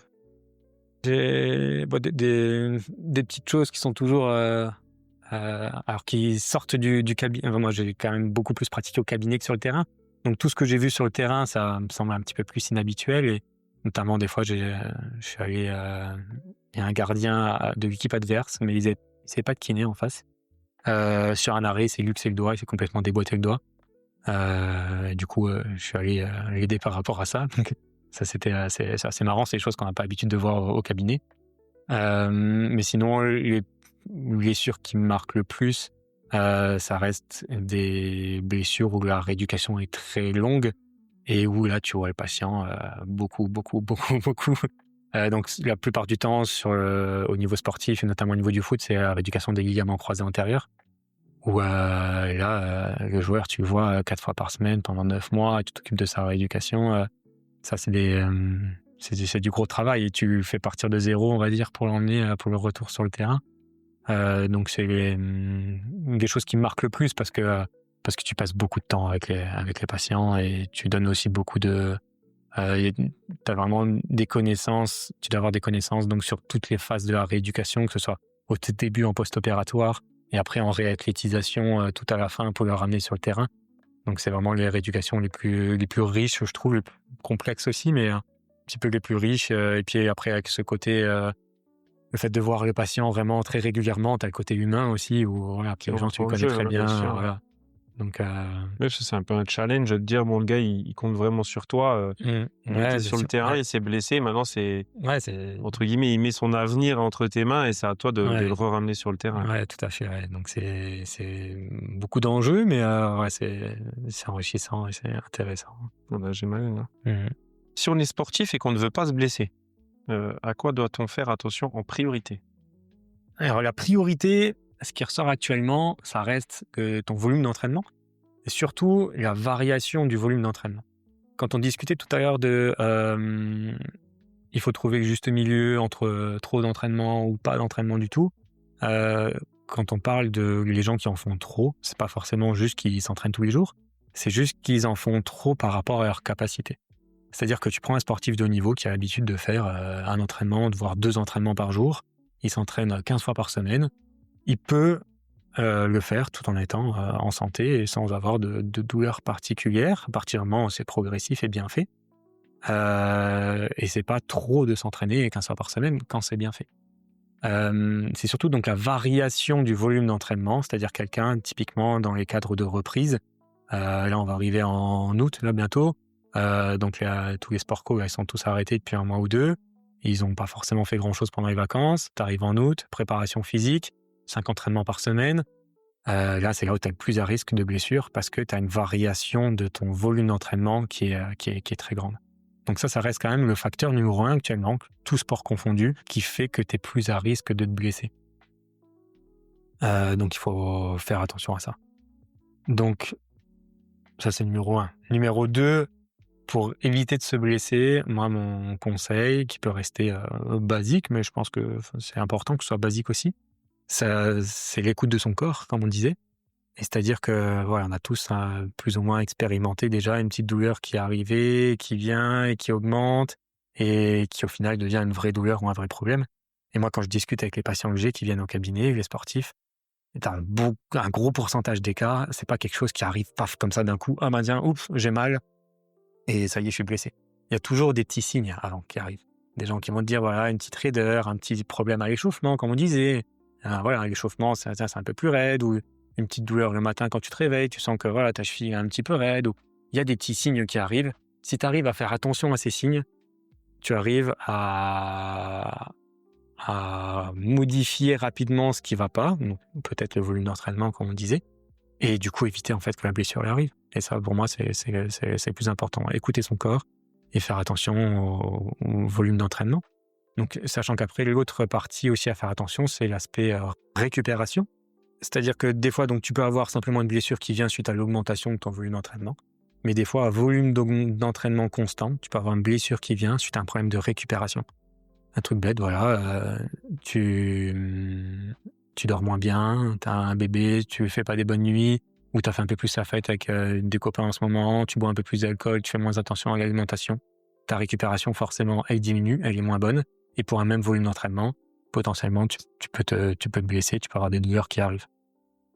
Donc, c'est vraiment ce triptyque-là qui est important, volume d'entraînement, récupération et rester à l'écoute de son corps. Et pour ça, je peux te prendre un exemple personnel, j'en ai plein, mais qui m'est arrivé à moi-même. À l'époque, quand j'avais pas d'enfant et que je pouvais grimper un peu plus que maintenant, je grimpais 5-6 fois par semaine, ça m'arrivait. Et donc, je grimpais comme ça, j'avais l'habitude, je faisais ça depuis plusieurs mois, j'avais pas de problème, tout va bien. Et à un moment, je commence à avoir mal aux 2 coudes. Un petit peu épicondylite, un peu qui commence à arriver. Rien de bien violent, hein, mais voilà, je sentais pendant les séances ou après, voilà, je sentais que ça tirait un petit peu dans les coudes, les 2 côtés qui arrivent. Donc voilà, donc là, je fais attention à mon corps, j'écoute ça, et tu dis, OK, bon, qu'est-ce qui se passe? Est-ce que j'ai changé quelque chose dans mon entraînement? Donc, je m'entraînais le même nombre de jours par semaine, ça n'avait pas changé. Au niveau de l'intensité de mon entraînement, j'ai rien changé de particulier, j'avais pas intégré de nouveaux exercices, je faisais pas des trucs plus durs qu'avant. Ça restait à peu près stable et pas trop de changements de ce côté-là. Donc après, tu dis, OK, bon, qu'est-ce qui se passe au niveau de la récupération? Tu réfléchis un peu. Et là, tu dis, bon, ouais, c'est vrai, ces dernières semaines, avec les copains à l'escalade, on rigolait bien. Et après l'entraînement, on allait souvent boire des bières. Et puis une bière ou 2 bières. Et tu te retrouves 4-5 soirs par semaine à aller boire un coup juste à la fin de l'entraînement. Et tu vas te coucher à 1h du matin et tu te réveilles à 6h pour aller bosser. Et tu te dis, non, ça, en fait, ça va pas. Donc, qu'est-ce que tu fais? Tu dis, OK, bon, quelles sont mes possibilités? Soit je pouvais potentiellement diminuer mon volume d'entraînement pour me dire, OK, tiens, j'ai mal, je vais m'entraîner un petit peu moins, ça va aller. C'était une possibilité, peut-être que ça aurait marché. Mais les sportifs ne veulent pas s'entraîner moins. Alors, c'est la chose qu'on essaie de faire en dernier. Donc, tu dis, OK, je vais quand même mieux gérer ma récupération. Alors, tu dis, je vais quand même boire moins d'alcool, je vais dormir un petit peu plus. Et c'est ce que j'ai fait. Et j'ai plus jamais eu mal au coude. Oui, généralement, le corps, quand il y a des douleurs, c'est des petites alertes. Oui, c'est T'envoies ça, des petits signaux exactement. d'alerte. Attention, il y a quelque chose qui a changé, il y a quelque Ouais. chose qui n'est pas optimal. Ouais. Et puis après, bon. Mais c'est bien d'avoir ce recul, on va dire, pour pouvoir se corriger tout de suite, quoi. Parce que c'est vrai qu'il y en a, ils vont pas se dire, tiens, ça vient de la bière. Ils vont se dire, ça vient de l'entraînement. Ouais, Donc, bien sûr, ils vont réduire l'entraînement, mais bon, c'est pas la solution parce que, voilà. Peut-être que ça aurait marché temporairement, mais c'est vrai, pour moi, ça n'a pas été la bonne solution.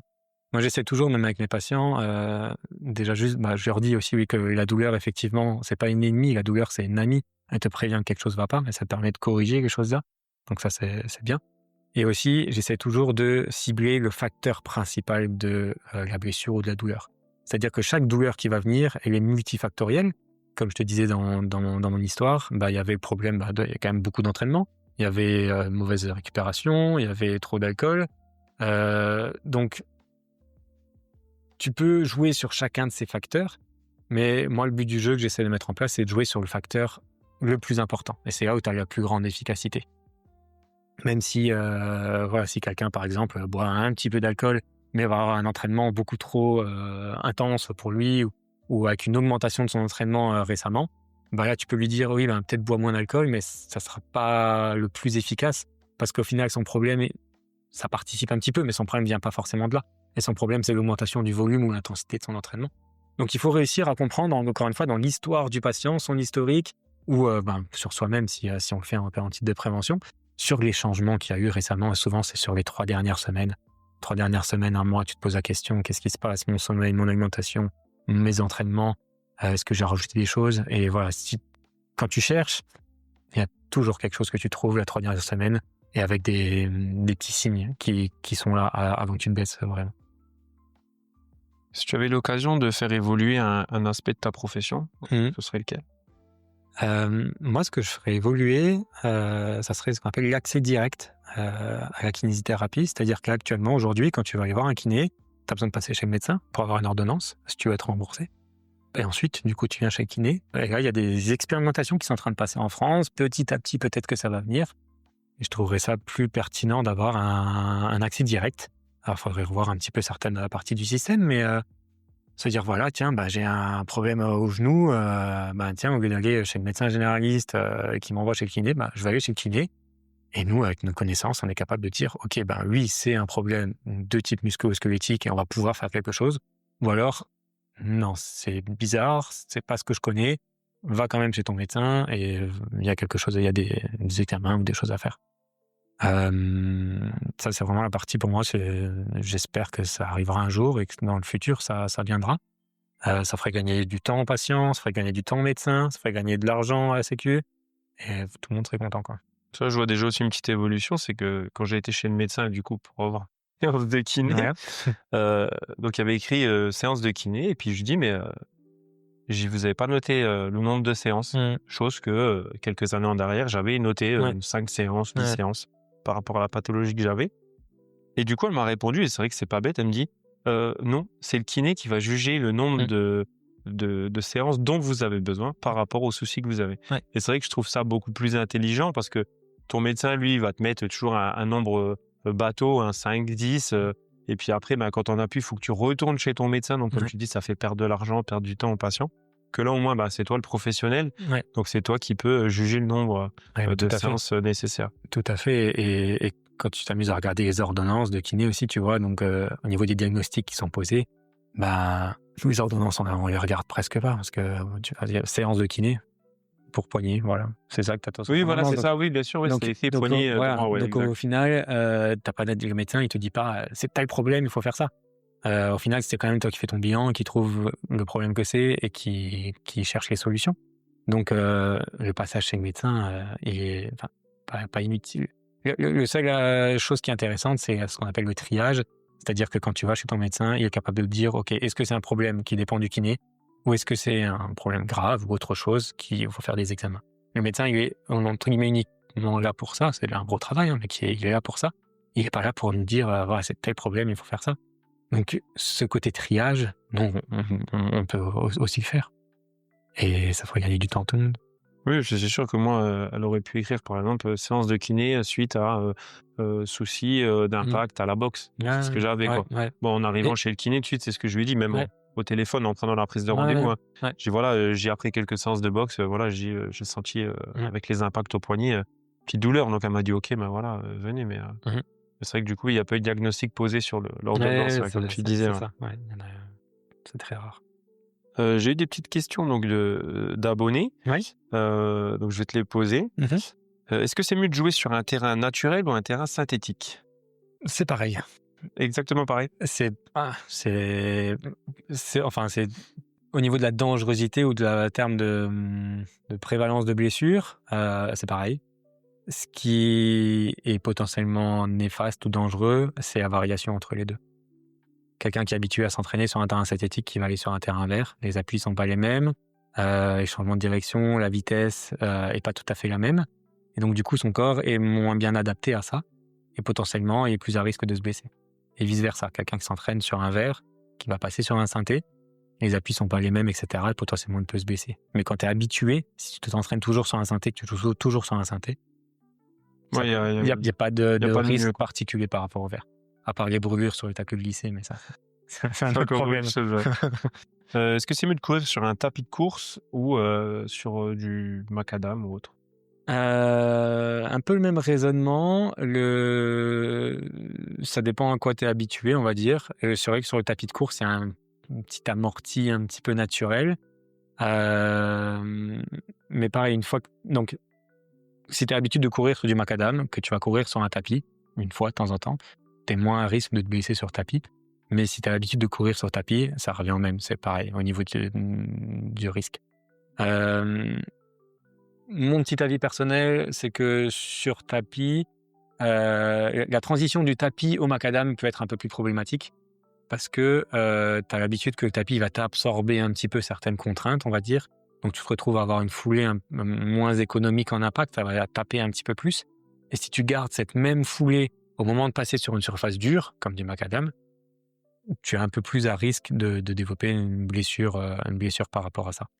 Ton Donc- corps s'habitue peut-être par rapport à la surface rencontrée. Exactement, tout à fait. Et ta foulée va s'adapter aussi un petit peu. Et après, c'est une histoire, comme sur le terrain synthétique ouvert, c'est une histoire d'adaptation. Quelqu'un qui court toujours sur du bitume, il n'y a pas de problème. Mais la transition entre certains types de surfaces, comme le tapis de course, on a dit, ou le macadam, ou alors même quelqu'un qui fait toujours un petit peu de travail plutôt sur des sous-bois, un sol un petit peu mou, de la terre, de l'herbe, et qui passe sur des macadams, les impacts, ils augmentent. Et de manière temporaire, tant qu'il n'est pas adapté, il y a une chance un peu plus importante de se blesser à ce moment-là, sur cette transition. D'où l'intérêt de faire des transitions progressives, de faire attention à ça. Ça rentre en compte aussi dans la prévention des blessures dont on parlait tout à l'heure. Quand tu te dis, OK, je commence à avoir mal, qu'est-ce qui se passe dans ma vie qui a changé? Ça peut être une variation de surface de terrain, vert, synthétique, ou quelqu'un qui court sur du macadam ou du sous-bois, etc.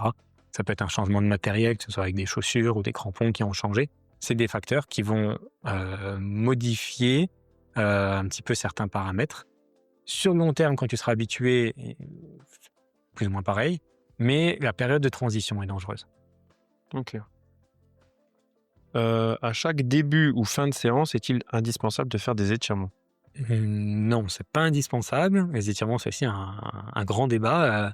Donc, tu vas savoir qu'il y a plein de types d'étirements différents. Il y a plein d'objectifs différents dans les entraînements, dans les étirements. Est-ce que tu t'étires pour la récupération? Est-ce que tu t'étires pour vouloir t'échauffer? Est-ce que tu t'étires pour gagner en souplesse? Il y a c'est un grand monde où on peut faire plein de sous-catégories. Mais en résumé, ce qu'il faut retenir, c'est que les étirements à l'échauffement, c'est pas utile. Ça participe pas à l'échauffement du corps. Au contraire. Donc du coup, c'est pas forcément intéressant à l'échauffement pour être plus performant, pour éviter les blessures. C'est pas efficace. En récupération, c'est pas efficace pour la récupération. C'est pas parce que tu t'étires que tu auras moins de courbatures. Ça a été prouvé maintes et maintes fois. Que tu t'étires ou pas, ça changera rien. Donc les étirements, faut voir ça. Ça peut être intéressant dans certains sports, certaines habitudes pour garder de la mobilité. Mais du coup, tu peux le faire quand tu veux. Si tu veux le faire après ton sport, parce que c'est là où tu as ton moment, fais-le après ton sport. Il n'y a pas de problème, mais sache que c'est pas pour la récupération, c'est juste pour gagner de l'amplitude. Ou entre chaque séance de sport, comme tu veux. Voilà. Après, ça c'est scientifiquement ce qu'on dit actuellement. Après, des fois, il y a toujours des petits... Mais des petits cas à part, quoi. Des petits cas à part. Et moi, j'aime bien se prendre d'exemple de Usain Bolt quand il bat son record sur le 100 mètres. Toute la littérature scientifique te dit que des étirements passifs importants avant un effort explosif, tu diminues les performances de tes muscles. Et quand tu vois Usain Bolt avant son 100 mètres, il se fait faire des étirements incroyables, il se fait tordre dans tous les sens, etc. Donc tout le monde te dirait, c'est pas efficace. Mais après, il pète le record du monde quand même. Donc, c'est vraiment un cas à part. Ouais. Voilà. Donc on regardera que les étirements, c'est bien pour travailler sa souplesse et sa mobilité. Tout à fait, mais surtout ça. Dans peu le cas importe, sportif, tu peux le mettre peu importe. Ouais, après tu le places quand tu veux, suivant ton timing, c'est pas un souci. Mais dans le cadre sportif, à l'échauffement ou à la récupération, en général, c'est pas utile. Ok. Y a-t-il un âge limite pour la pratique du sport? Non. Non. Ouais, Le sport, il faut le faire. Enfin, sport, activité physique. Plus on le fait, mieux on est, mieux on se porte. Et j'ai envie de dire, encore plus aux deux âges extrêmes de la vie, pour les enfants. C'est super, super important pour leur développement et pour le corps qui se construise pour plus tard être en bonne santé. C'est primordial, vraiment très, très important. Et de l'autre côté, pour les personnes âgées, c'est aussi super important parce qu'à cet âge-là, tu perds vite en capacité. Et si tu te tiens pas actif, tu perds vite en autonomie. Et donc, c'est vraiment les deux âges extrêmes où c'est super important. Mais sachant que plus t'en fais, et mieux tu te portes. Et toute ta vie, faut être actif. C'est vrai qu'on voit en plus de plus en plus de personnes âgées très bons dans certains sports. Hein. On voit musculation, des gens dans 80, voire même 90 pour certaines. Ce que j'ai vu, c'était des femmes. Puis même là, on voit sur l'Aerox, je crois que c'était un gars de 80 et quelques années qui est arrivé, je sais plus combien il tient là. Mais... c'est assez impressionnant. Le gars, il te tord en deux. Alors que le gars, il a deux fois ton âge. J'adore voir ces histoires-là. C'est mon objectif de vie, moi, à 75 ans, là, de continuer à faire tout ce que je fais, à garder la forme. Ouais. C'est vraiment motivant et inspirant. Inspirant, c'est clair. Dernière question d'abonné. Comment les muscles et tendons s'adaptent au fur et à mesure des entraînements de musculation? Alors là, on est sur de la physiologie, ça remonte un peu loin, mes derniers cours. Mais grosso modo, donc ton muscle, comment il s'adapte? Alors, quand tu fais de la musculation, souvent c'est pour gagner de la force. Quand tu veux gagner de la force, tu vas avoir 2 gros aspects qui vont participer à ça. Tu vas avoir le recrutement neuromusculaire, c'est-à-dire que chaque fois que tu vas contracter ton muscle, tu vas avoir plus de fibres musculaires qui vont être recrutées lors de ton effort. Ça se fait entre une connexion entre ton cerveau et ton muscle. C'est un gain qui vient assez rapidement, on va dire. C'est le premier gain que tu as dès que tu vas faire commencer un petit peu de la musculation, quoi. Ça peut être assez rapide. La deuxième manière pour ton muscle de gagner en force, c'est l'hypertrophie, augmenter le nombre de fibres musculaires qu'il y a à l'intérieur du muscle, et ce qui permet d'augmenter la force de ton muscle. Donc ça, c'est les deux principales adaptations qui ont lieu au niveau du tissu musculaire. Et au niveau du tissu tendineux, donc pareil, le tendon, il va s'adapter à l'effort, c'est important de le savoir. C'est-à-dire que quelqu'un qui va faire du renforcement musculaire, ou un sport en particulier qui sollicite les muscles, il va avoir des tendons qui vont être plus résistants et qui vont être en meilleure santé, qui vont s'adapter tout simplement pour répondre à la charge que tu leur mets dessus. Et donc au niveau du tendon, donc c'est du tissu, après c'est la physiologie, mais c'est du tissu collagénique. Et lors de l'effort, quand tout va bien et que l'effort n'est pas excessif pour lui et que tu es en bonne santé, le tendon, il va modifier ce qu'on appelle sa compliance. J'espère que je dis pas de bêtises. Mais il modifie un peu sa compliance, c'est-à-dire que c'est un peu la raideur, on va dire, de ton tendon, la vitesse à laquelle il arrive à se déformer, qui va se modifier un petit peu, qui va être un petit peu plus rigide, on va dire, et qui permet de mieux résister aux entraînements. Voilà, c'est les effets physiologiques. Ça a des intérêts, notamment nous, après, sur de la rééducation, quand on va travailler sur des tendinopathies ou des douleurs de tendons qui sont venues suite à un excès de force ou un excès de vitesse au niveau des tendons. Ça fait partie des choses sur lesquelles on travaille avec certains exercices. C'est pour ça que tu dis toujours d'y aller progressivement, parce que c'est sûr, si tu as, je prends du poids du muscu, mais si tu as un bench à 50 kg, donc voilà, tes muscles, tes tendons sont adaptés à ça, le lendemain, tu essaies d'en faire un à 120. Bon, voilà, si ça peut passer, ça peut passer, mais voilà, au niveau des tendons, des articulations, tout ça, c'est là que des fois on voit que ça casse quand tu as des gars qui essayent de faire des performances qui sont pas du tout habitués, quoi. Ouais, le problème aussi qu'il y a là-dessus, c'est que donc chaque tissu va avoir des temps d'adaptation qui sont différents, et notamment entre le muscle et le tendon, ton tissu musculaire s'adapte plus vite que ton tendon. C'est-à-dire que quand tu vas faire du renforcement, admettons, tu vas gagner en force relativement rapidement, mais ton tendon, il suit pas encore et il n'est pas forcément prêt à encaisser les charges de la nouvelle force que tu as.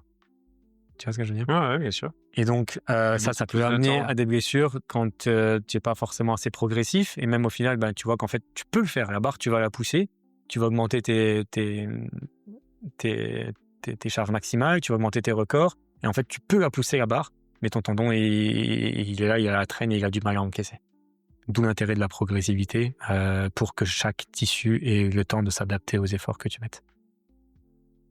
Ok, très intéressant. Donc du coup, c'était il y a longtemps les cours, mais bon, tu t'en souviens encore bien. J'ai quelques bases. Alors, j'ai une petite question de fin aussi que j'aime bien poser généralement aux invités. Selon toi, quel est le meilleur exercice polyarticulaire? Haut du corps ou bas du corps?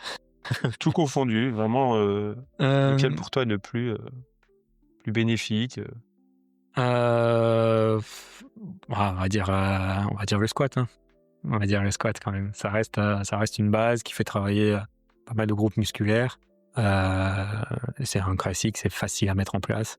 Donc, j'hésitais avec les tractions parce que pour moi, les tractions, c'est quand même plus important que les squats. C'est ce que ça revient beaucoup, les tractions et les squats. Mais voilà, si je devais dire oui à un exercice, que tout le monde fasse un exercice pour améliorer sa santé, faites des squats, c'est très bien. Est-ce que tu as un style de musique particulier quand tu t'entraînes? Je m'entraîne sans musique, moi, même quand je vais courir ou j'écoute le bruit de la forêt, des oiseaux, mais je grimpe sans musique, ouais. Je crois que je vais l'enlever cette question parce que depuis le début, Il y a que des gens qui. il y a que des gens qui n'écoutent pas de musique quand ils Eh s'entraînent. ben, écoute, c'est peut-être quelque chose à creuser. Ouais, bah ouais, c'est vrai, hein. Pourtant, on dit que qu'il y a un gain de performance Ok. quand on écoute la musique. Bon, D'accord. surtout par exemple en musculation, Ok. c'est ce que j'avais lu. Mais bon, apparemment dans les autres sports, non. Si tu devais donner un seul conseil bien-être qui va vraiment au-delà du sport, Mm. ce serait quoi? Faire de l'activité physique. Il n'y a rien de mieux. Donc, quand je dis activité physique, c'est-à-dire bouger, parce qu'il n'y a pas tout le monde qui a la chance, on va dire, d'aimer un sport. J'ai cette discussion avec beaucoup de patients qui sont sédentaires, à qui j'explique l'intérêt de l'activité physique, justement. Je leur dis, bah, c'est OK, si vous n'aimez pas faire du sport, tu n'aimes pas faire du foot, de la natation, je sais pas quoi, il n'y a pas de problème, tu as le droit de pas aimer, hein, et c'est pas donné à tout le monde, il n'y a aucun souci. Par contre, le corps, il a besoin de bouger, il a besoin d'activité. Donc, il faut réussir à intégrer quelque chose. De la marche, c'est mieux que rien, ou de faire des exercices particuliers, prendre du temps pour faire des exercices pour rester en bonne santé. Et ça, voilà, soit, alors dans le meilleur des mondes, la meilleure solution, c'est de trouver un sport qui lui plaît, une activité physique qu'on aime faire. On parle d'escalade, on parle de muscu, on parle de foot, les gens ils adorent, ils sont passionnés. Ils y vont pas pour se maintenir en bonne santé, ils y vont parce qu'ils aiment faire ça. Sauf, bon, peut-être la muscu c'est un peu différent, mais voilà, ils y vont parce qu'ils aiment faire ça, et ça c'est génial. Moi quand je vais grimper, j'y vais pas pour me dire ok, il faut que je grimpe pour rester en bonne santé, garder mes muscles, etc. Non, j'y vais parce que ça me fait plaisir. Et ça c'est l'idéal. Mais après, quand on n'a pas la chance d'avoir ça, il faut se prendre du temps spécifique et pour faire quelque chose, activité physique. Ça peut passer même pour les personnes un peu plus âgées. Des fois, je dis, ouais, même aller faire un peu de marche, un peu de jardinage, c'est déjà mieux que rien, mais il faut faire quelque chose. Ouais, il faut bouger, hein. C'est Ouais. vrai que même des fois, par exemple, les gens qui ont un chien, aller se promener avec. Tout à fait. C'est vrai que moi, j'ai recroisé, d'ailleurs, ça vient de me revenir, j'ai croisé un collègue qui est parti en retraite. Mhm. Bon, lui était très, très sportif, hein, il courait beaucoup. Je sais pas s'il a déjà fait des marathons même, mais et je l'ai recroisé et puis je dis, bah alors, comment que c'est la retraite? Il me dit, bah ça va, ça se passe. Et puis il avait un gros berger allemand avec. Et puis il me dit justement, j'ai pris un chien et il me dit, Ouais. bah tous les jours, je vais marcher Ouais. avec, quoi. Ouais. Et il me dit, ça me reste motivé, ça me garde motivé, quoi. Et j'ai dit, bah c'est super. Et c'est vrai que Ah bah oui. ça peut être une solution comme une autre, quoi. Les personnes qui ont des chiens, ils ont moins de chances d'avoir des problèmes de santé cardiovasculaire. Parce que du coup, voilà, il marche quand même beaucoup pour aller le promener. Ouais. Ouais. Bon, sauf si tu as un Faut- petit chihuahua, tu vas pas aller le Qui marche un promener petit des peu. kilomètres comme un berger allemand, par exemple. Ouais. Est-ce que tu as une citation, une phrase motivante qui t'inspire? Ce que je dis toujours à mes patients, pour les motiver, c'est dans la difficulté qu'on progresse. C'est vrai. Ouais. C'est vrai, c'est une phrase. Ouais, quand ils sont un peu dans le dur, j'aime bien leur dire ça. Et ils te répondent quoi? Ah, souvent, ils sont dans le dur, alors ils sont pas très contents. Mais... Où te vois-tu dans 10 ans? Dans 10 ans, je me vois toujours kiné, ça c'est sûr. En espérant que j'ai eu le temps de faire un peu plus de sport. Donc, toujours sportif, toujours kiné, aider les personnes, aider les gens. En cabinet libéral, sûrement toujours, avec peut-être une activité à côté, peut-être plus centrée justement sur la prévention, sur le conditionnement des gens avant qu'ils se blessent. Peut-être développer quelque chose comme ça. Ça pourrait être quelque chose qui m'intéresse. Ouais. Faire quoi, des petits séminaires, des choses comme ça? Non, peut-être plus dans la prise en charge individuelle, donc suivi, un peu coaching de gens, soit post-blessure pour... Il y a souvent une zone grise un peu entre la fin de la blessure et la reprise de l'activité, donc la partie qu'on appelle de réathlétisation. Dans cette zone grise là, c'est intéressant parce que tu es à la fois en post-blessure, mais à la fois en reprise d'activité, et c'est souvent une période qui est un petit peu compliquée. Peut-être développer une manière d'être un peu plus présent sur cette phase-là. C'est intéressant parce que c'est vrai que nous, au cabinet, on reste dans un cabinet, donc on a les limites aussi physiques du cabinet, même si on est pas mal équipé. Mais par rapport à mon expérience que j'ai eue, notamment avec l'équipe de football avec laquelle je travaillais, cette partie de réathlétisation qu'on faisait directement sur le terrain, le fait d'avoir la capacité d'être sur le terrain, de pouvoir réhabiliter les sprints, de pouvoir retravailler les changements de direction, etc. C'est des choses qu'en cabinet, on peut faire, mais de manière pas exactement pareille. Donc être un peu plus proche du retour du sport et de coller aux besoins physiques du sport. Ça peut être intéressant. Post-blessure ou voir des analyses de prévention, quoi. Prendre quelqu'un qui est pas encore blessé, d'analyser un peu ses entraînements, tout ce que je sais faire, sa mobilité, sa force, et se dire ok, par rapport à ta pratique, par rapport à ce que tu fais, par rapport à ton physique, attention, tu pourrais focus là-dessus, là-dessus et là-dessus pour essayer d'éviter des blessures, quoi. Est-ce que tu as un projet perso ou pro en cours? Non, projet perso, j'essaye de me structurer un petit peu un entraînement d'escalade pour, j'aimerais bien progresser un petit peu là-dessus dans ces prochaines années. Je me suis jamais vraiment entraîné, j'ai toujours grimpé, mais je me suis jamais entraîné dans cette discipline. Donc, j'ai pour projet de mettre en place ça pour tester aussi un petit peu justement l'entraînement. Je vois plein de gens qui s'entraînent autour de moi et ça me donne envie aussi de m'y mettre un petit peu sérieusement pour voir. Et puis, donc ça, c'est plutôt côté perso, au niveau plus perso sportif. Après, j'ai toujours le côté perso familial, continuer à m'occuper de mes enfants, c'est déjà un beau projet. Et au niveau pro, pour l'instant, ça va, je roule comme ça et ça me va bien. Et la dernière question, est-ce que tu as une recommandation de personne pour un futur podcast?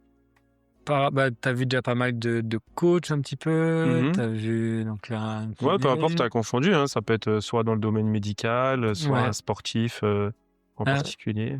Ouais. Soit tu auras le temps de réfléchir et puis au pire, tu pourras m'envoyer ça un petit en peu message. Là, pas de problème. Ok, écoute, Fred, merci pour toutes ces réponses. Avec grand plaisir. Et puis à bientôt. Salut. Merci d'avoir écouté cet épisode avec Frédéric. Si vous avez apprécié cet échange, n'hésitez pas à laisser une note sur votre plateforme d'écoute, un commentaire ou même de le partager autour de vous. Pour les actualités du podcast, c'est sur Instagram seb.focuspodcast. Et comme toujours, on se retrouve très vite pour un nouveau témoignage inspirant autour du sport, de la santé et du bien-être. D'ici là, on reste focus et on enclenche le changement. À plus.